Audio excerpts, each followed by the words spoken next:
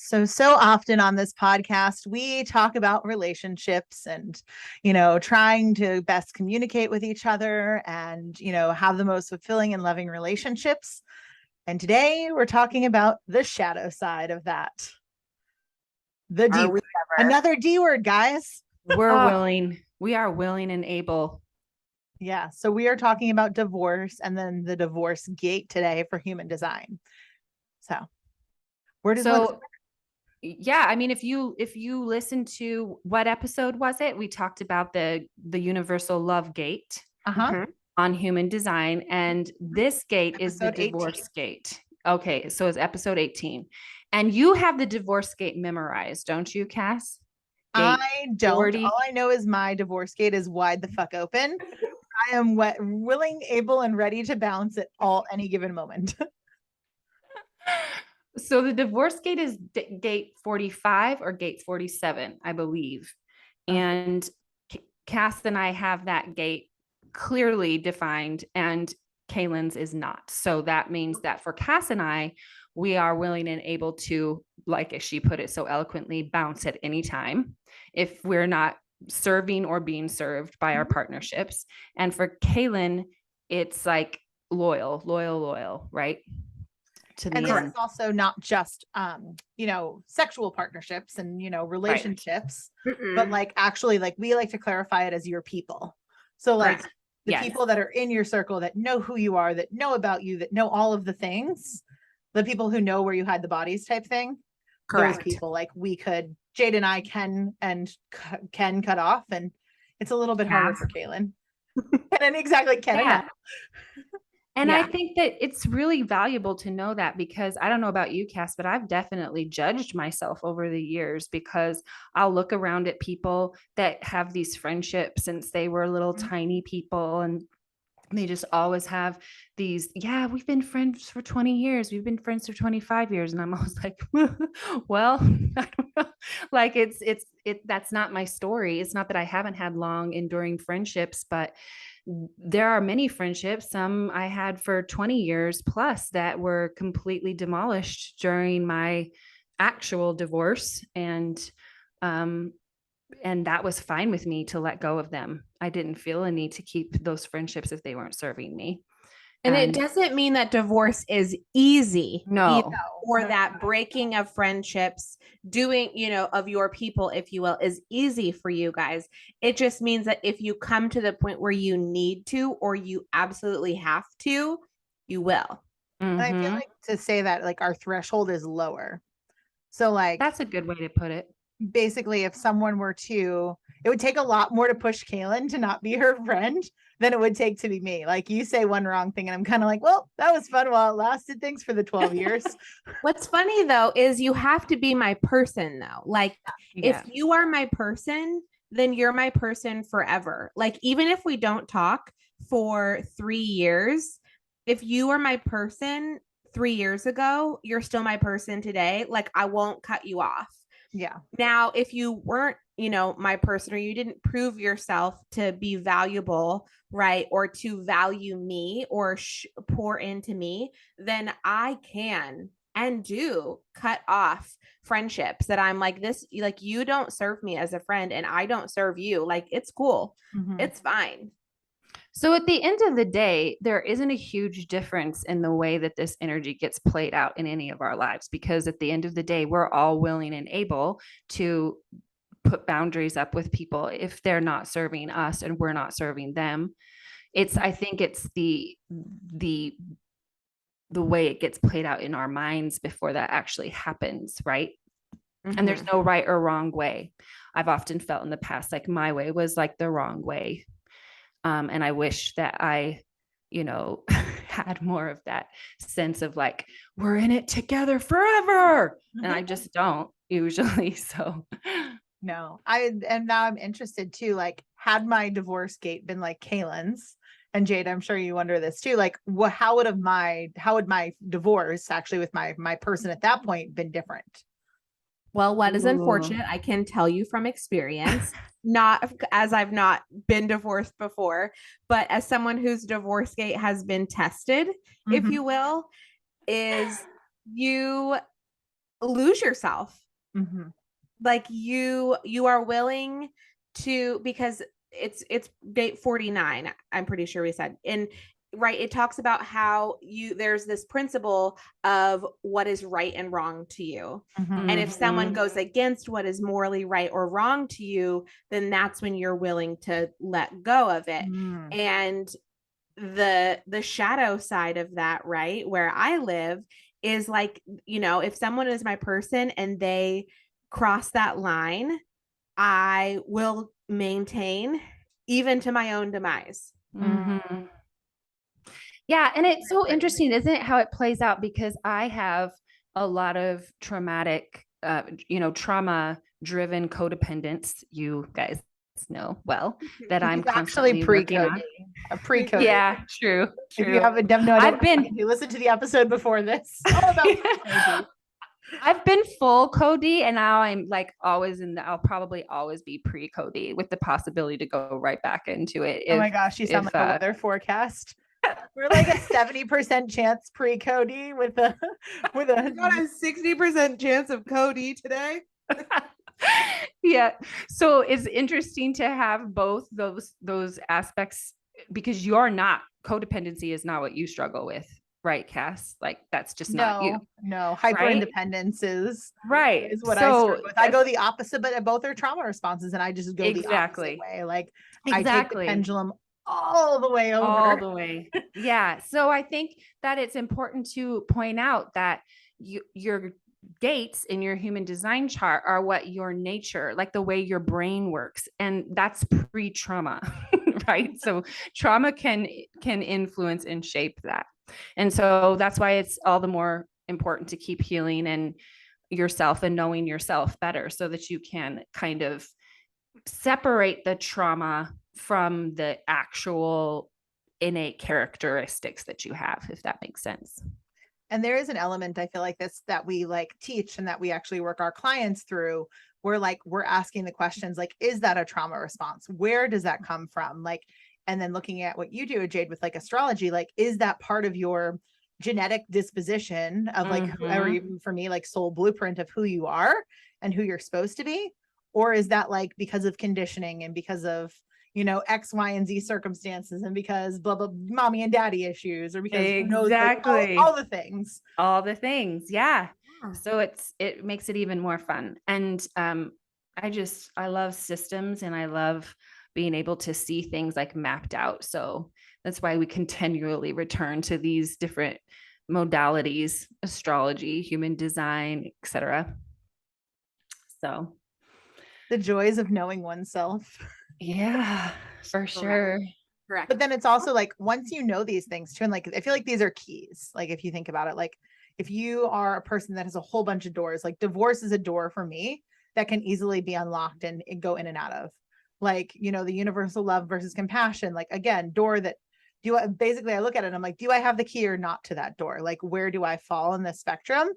And I guess I'm going to go with like really colorful analogies and visualizations again, like I have been on this podcast. Good. Go for it. I feel like there's just sometimes where you're like, okay, cool. Like there's this incongruence. I have this key, I have this door, but they don't necessarily fit.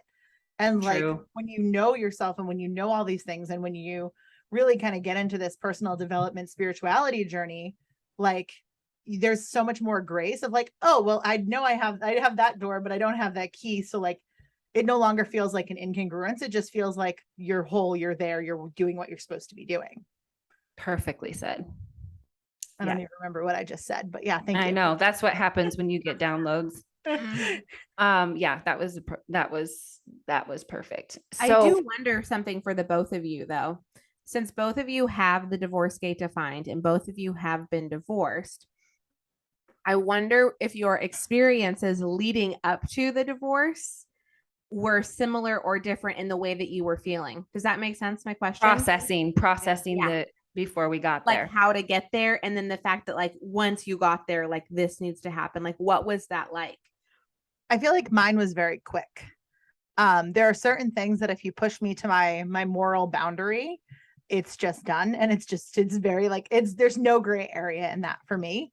I also think that there was an element of him not being the right person for me long term. He was definitely the right person in the moment for what I needed, but not like, would never ever like stand for all of the shit that I do now, or kind of my own healing journey or any of that piece. But like, I think for me, it was like, you pushed me to a wall, to a corner, and Jade can probably attest that this is somewhere in my astrology chart. I'm going to snap. I'm going to break. I'm going to go do what I have to do to protect me. Very self-preservation-esque. And that decision was made, honestly, if I think about it, there might have been some breadcrumbs, but for the most part, it was made within like 2 weeks. Damn. That is so interesting. Because here's what's interesting. Although mine was, so we just talked about this very necessary piece of knowing yourself. So what is you and what is your trauma or your conditioning? So you guys, all listeners included, know at this point, this kind of very cultish religion that I was subscribing to. I was a pastor's wife. So I was living in this aura of guilt and shame and guilt and shame. And so my divorce crept up on me. Well, my desire to be divorced really started very close to after I got married. But I told God that I wouldn't do that. So I stayed in it for 20 years. So similar. Sorry, I had to. Seriously. It's not funny, but it is. It is funny. No, it really is. Like, yeah, my journal was just full of like me asking for forgiveness for not wanting to be married, you know? But being in that guilt and shame cycle, that totally makes sense. That was, conditioned. Yeah, cannot divorce. I can't divorce. And so I can't divorce, right? But I have this divorce gate that's like screaming my name for 20 years. Oh my and God. So I wasn't being true to myself. And similar to Cass, once I finally did and did that thing, the unforgivable thing of having an affair, and, you know, going through that process and really cut myself off from, in my mind, I cut myself off from God and my marriage and everything. But once I'd made that decision, same with Cass, 2 weeks, snap, never went back. And as soon as I allowed myself to walk through that door that was mine, that I'd had the key to all along, but denied it to myself, pretended like I couldn't find it, pretended like it couldn't be used. And as soon as I used it and walked through, it was like immediate freedom.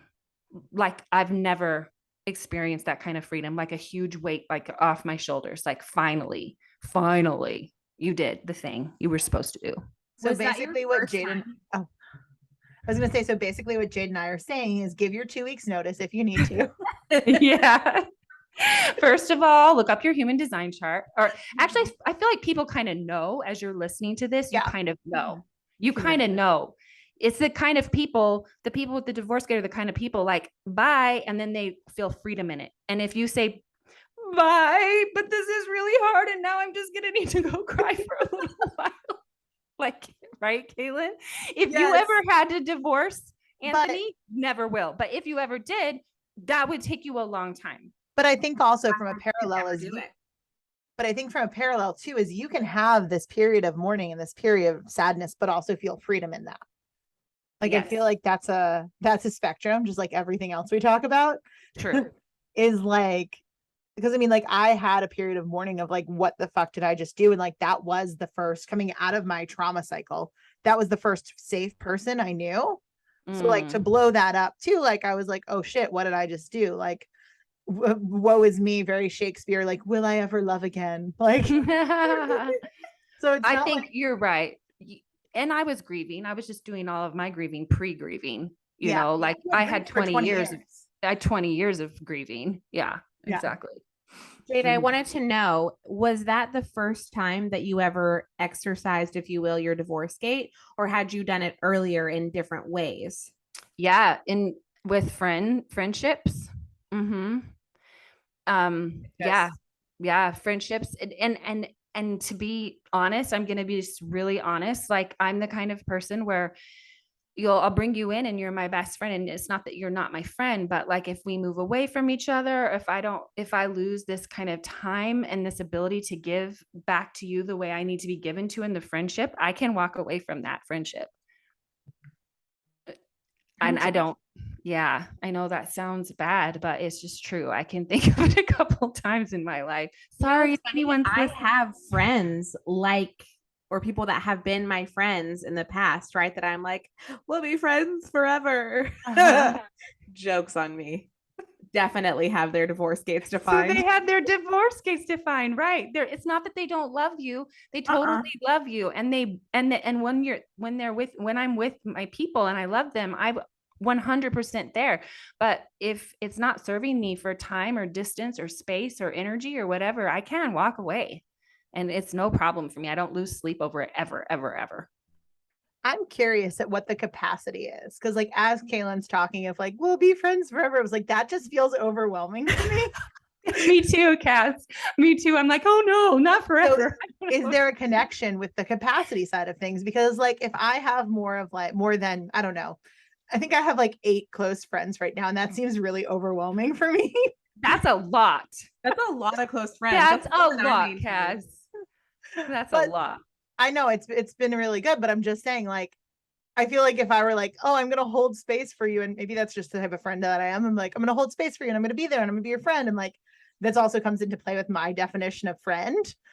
True. I'm like, if I had done that throughout my life, I'm like, wow, I'd have like 60 friends, and that just seems excessive. I don't let a lot of people in though. That's the difference. Like the friends that I have, like we have a joke with one of our really close couple friends. That's no new friends.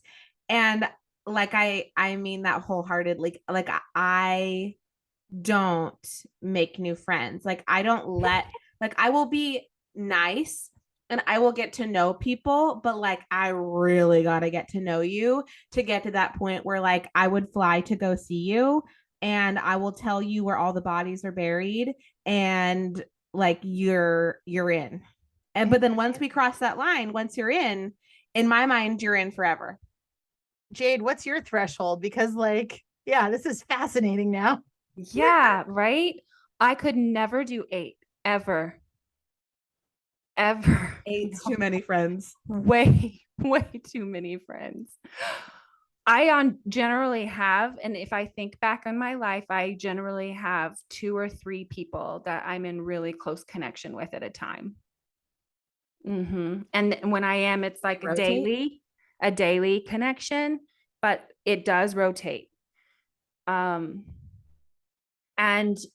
again, like I'm not, this might be trauma too, but I'm thinking of some friends that I had when my Christian cult days, that when I divorced, I really started from ground zero with no friends.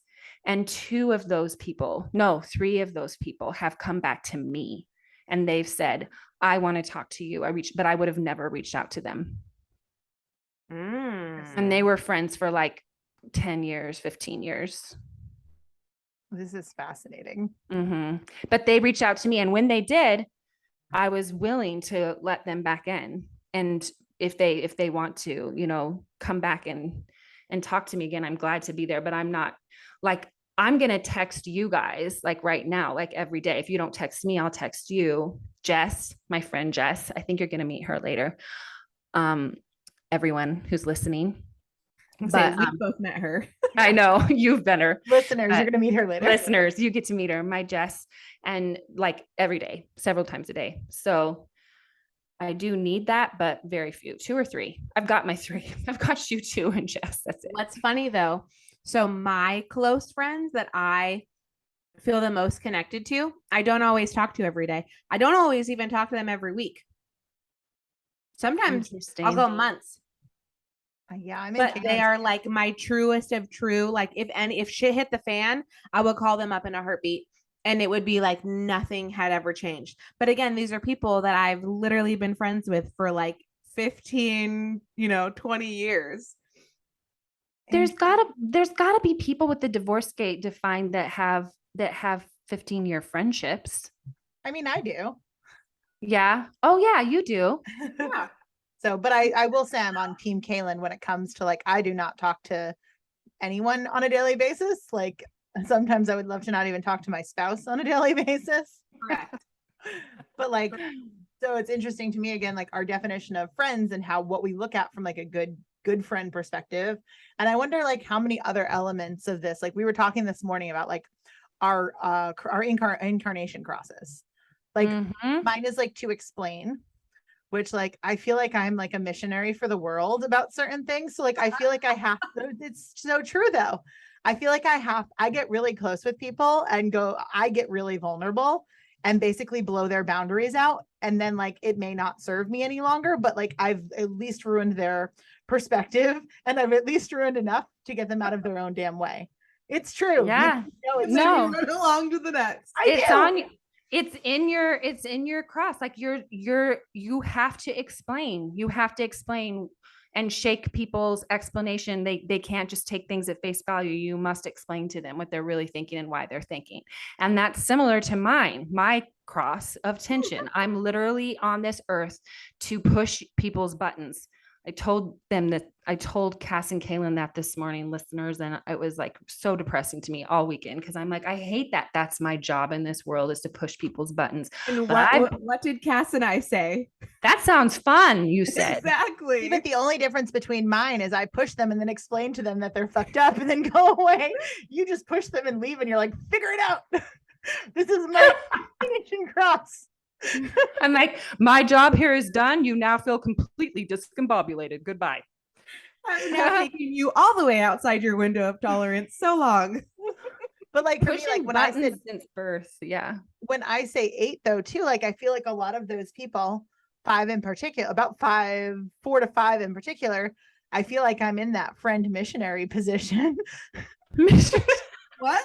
I mean, hold on. Use those words together. Whoa, do not put those words together, Cass. That's such a boring position. Why don't you spice it up a little bit? At least that friend missionary position. At least explain how is that different from other missionary positions? Yeah, let's reverse cowgirl some shit or something. Well, it's been 20 minutes.